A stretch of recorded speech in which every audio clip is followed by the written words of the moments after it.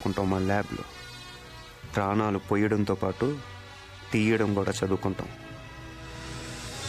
పిడికిలు బిగించి ఒక్కటి పుర్రె మీద ఇచ్చాననుకో, నీ మెదడులో ఉన్న నరాలన్నీ చిట్లిపోయి ఇంట్రాసెరిబ్రల్ బ్లీడింగ్ అయ్యి నీ కళ్ళు, చేతులు, కాళ్ళు, నడుము, మెడ, చివరికి దీంతో పాటు అన్నీ చచ్చిపడిపోతాయి. ఫైనల్గా మా ల్యాబ్లో ప్రయోగాలకు పనికొస్తావు.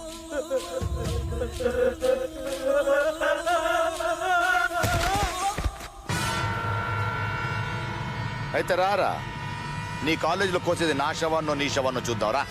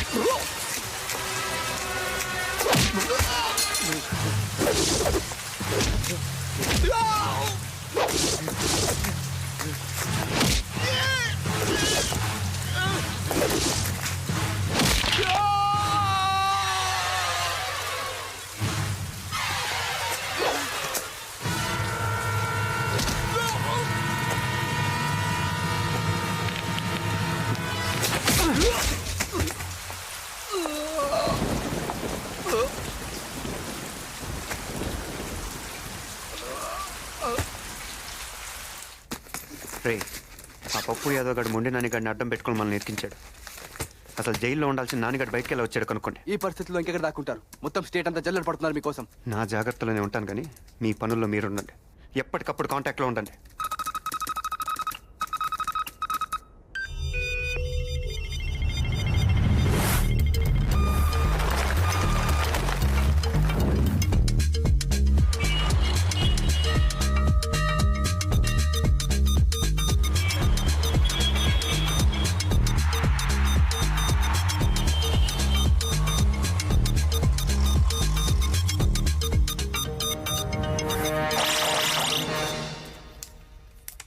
పాయింట్ బ్లాంక్ రేంజ్ లా వాడిని నిలబెట్టేసిన సార్.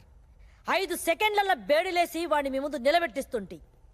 బద్మాష్ యాడికెళ్ళొచ్చిడ్డా మొండి నానిగాడు బాంబేసిండు.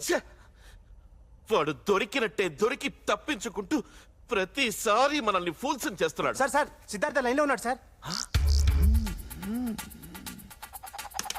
ఏయ్, నా వరలక్ష్మిని ఏం చేసావు? ఇంకా ఏం చేయలేదు. అసలు ఏం చేయాలనుకుంటున్నావు? కూర వండుకొని తినేద్దాం అనుకుంటున్నాను. ఏంటి ఆ పిచ్చి ప్రశ్న? వరలక్ష్మిని ఏం చేద్దాం అనుకునేది నువ్వు తీర్చే నా డిమాండ్లు పట్టి ఉంటుంది. ఏంటా డిమాండ్స్? వరలక్ష్మి అంటే నీకు ఇష్టమా? ఇష్టమా? ప్రాణం రా.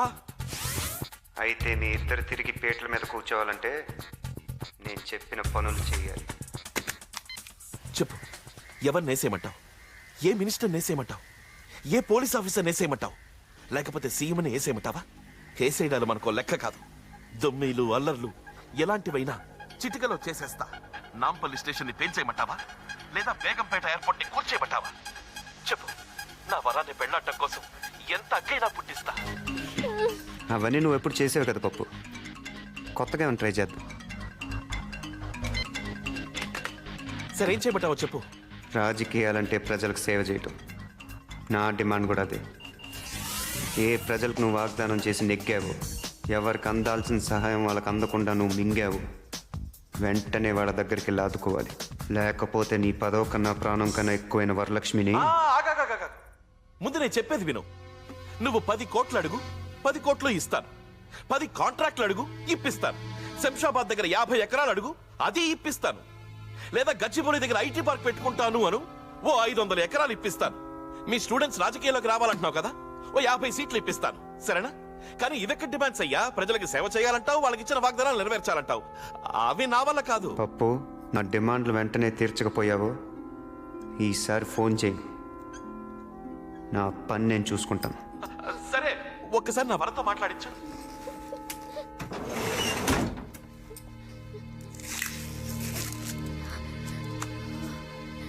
పప్పు, ఎలా ఉన్నావు పప్పు?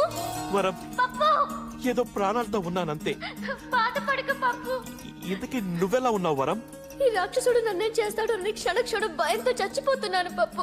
పవిత్రమైన మన ప్రేమనే నమ్ముకు బ్రతుకుతున్నాను. నువ్వేం భయపడకు, నేను ఎలాగైనా విడిపిస్తాను. వరం వరం వరం వరం, ఈ కాసేపు మాట్లాడండి భయ్యా. ఇంకా మాటలు చాలే గాని వెంటనే నేను చెప్పిన పని చెప్పు. హలో హలో హలో సార్, వీడు ఉట్టి ఖల్నాయకే కాదు, వీనికి సూపర్ తెలివితేటలు ఉన్నాయి. అరే వీడిని ట్రాప్ చేద్దామంటే దొరుకుతానే లేడు. వీడు యాడ్ నుంచో టెలిఫోన్ పోల్లకెళ్ళి మాట్లాడుతున్నాడు. సార్, వాడి డిమాండ్లన్నీ తీర్చాలంటే కనీసం మనకు 100 కోట్లనే కావాలి. ఎంత ఖర్చైనా పర్వాలేదు. సార్, రాష్ట్రం అసలే లోటు బడ్జెట్లో ఉంది. ఆ కోరికలన్నీ తీర్చాలంటే మీరు తిన్నదంతా కక్కాలి. కక్కుతాను. నా వరం కోసం మింగిందంతా కక్కుతాను.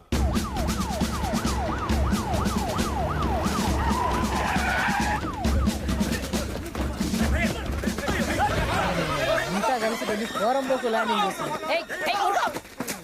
హఠాత్తుగా గుర్తొచ్చిన ఈ ప్రజాసేవల గురించి ఆశ్చర్యపోతున్న ప్రజానికానికి మీ ఉద్దేశం ఏంటో వివరిస్తారా? ఇందులో ఆశ్చర్యం ఏముంది? నన్ను మానసికంగా దెబ్బతీయాలని ఆ సిద్ధార్థ ప్రయత్నిస్తున్నాడు. ఈ ప్రజల కోసం నా వ్యక్తిగత జీవితాన్ని ఏనాడో త్యాగం చేశాను. ప్రజా సంక్షేమమే నా జీవితం.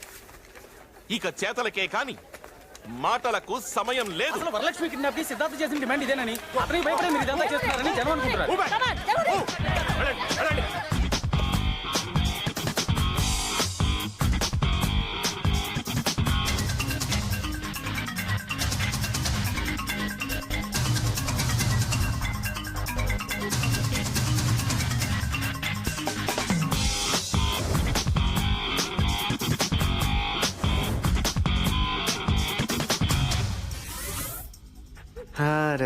రే పప్పుగాడు షాజహాన్ని మించిపోయాడు. ఆయనేమో తాజ్మహల్ కట్టాడు, ఈడేమో నీకోసం 100 ఇల్లు కడుతున్నాడు. బో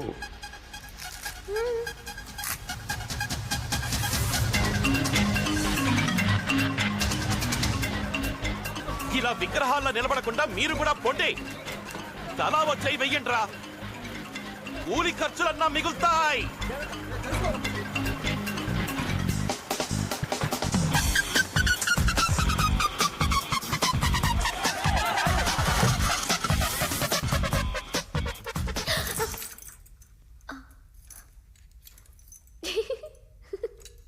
పప్పుగాడు కల్లోకి వచ్చాడా? కాదు, నువ్వు వచ్చావు.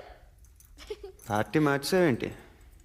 కల్లో నువ్వు మా పవిత్రమైన ప్రేమని అర్థం చేసుకుని ప్రేమికుల్ని విడదీయడం తప్పని తెలుసుకుని మా ఇద్దరికి దగ్గరుండి మరీ పెళ్లి జరిపించావంట, అక్షింతలు వేసావంట. అంత మంచి చేసిన నీకు బంతిలో పక్కన కూర్చుని నేనే అన్నం తినిపించానంట. ఇందులో ఒకటి బాగుంది నాకు. మా పెళ్లి జరిపించడమా? నాకు అన్నం తినిపించడం. అవును, బాగానే ఉంటది. కొంచెం ఈ బేడీలు తీస్తావా? పనుంది. ఏ? అబ్బా, అన్నీ చెప్పాలా నీకు? ఛ, దురదగా ఉంది. గోకనా? దొంగ సజ్జనోడా, గోకేద్దామని ఉపచారం ఉపచారం. ఎన్ని రోజులైపోయిందో అలా గాల్లో తిరిగి, ఇదిగో తెచ్చి ఇలా దీంట్లో పడేశావు. దా బయటికి వెళ్ళి గాలిలో తిరగొద్దాం. నిజంగానా? పిచ్చి పిచ్చి వేషాలు ఏవుగా. నీతోనా? ఏకంగా దుకాణం పోలీస్ స్టేషన్లోనే పెట్టినోడివి. నీతో గేమ్స్ ఏంటి చెప్పు?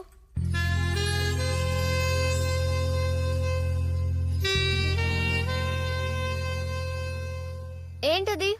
మందా? అన్నీ ఇలాంటి అలవాట్లేనా నీకు? అన్నీ మంచి పనులు చేస్తే బోర్ కొడుతుంది. ఈ మాట ఎక్కడో విన్నానే.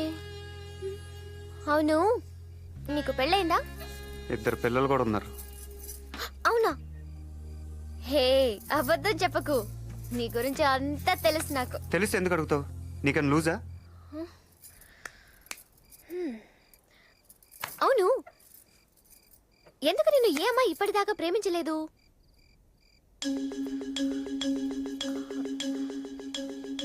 అంతా ఓకే కదా?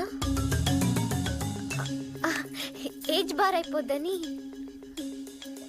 పప్పుగాడు ఏజ్ ఏంటి? అది చెప్పకూడదు. అంతేజా? ఏపా,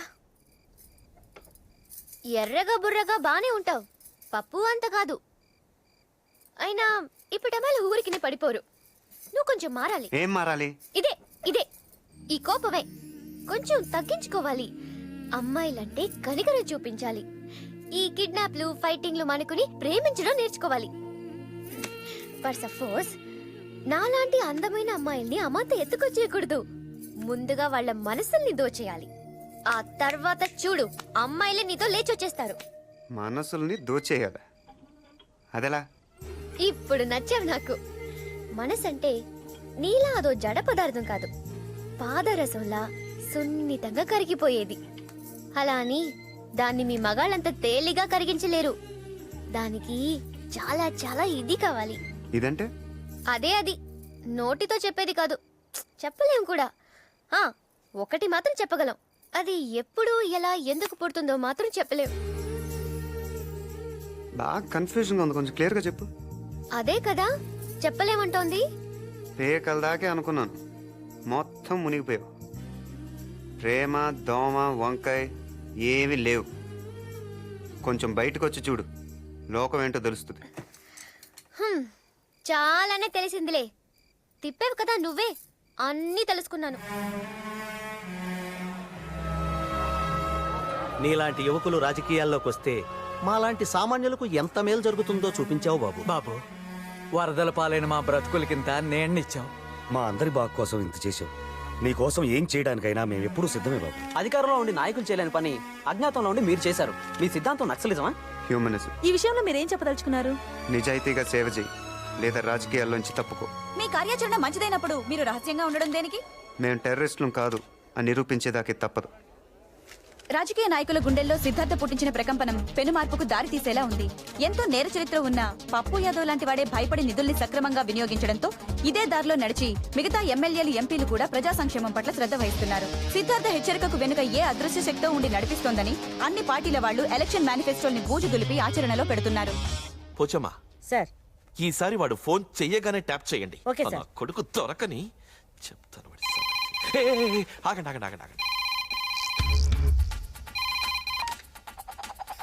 ఏంటి పప్పు, పనులు మానేసి అందరూ ఫోన్ కోసం వెయిటింగా?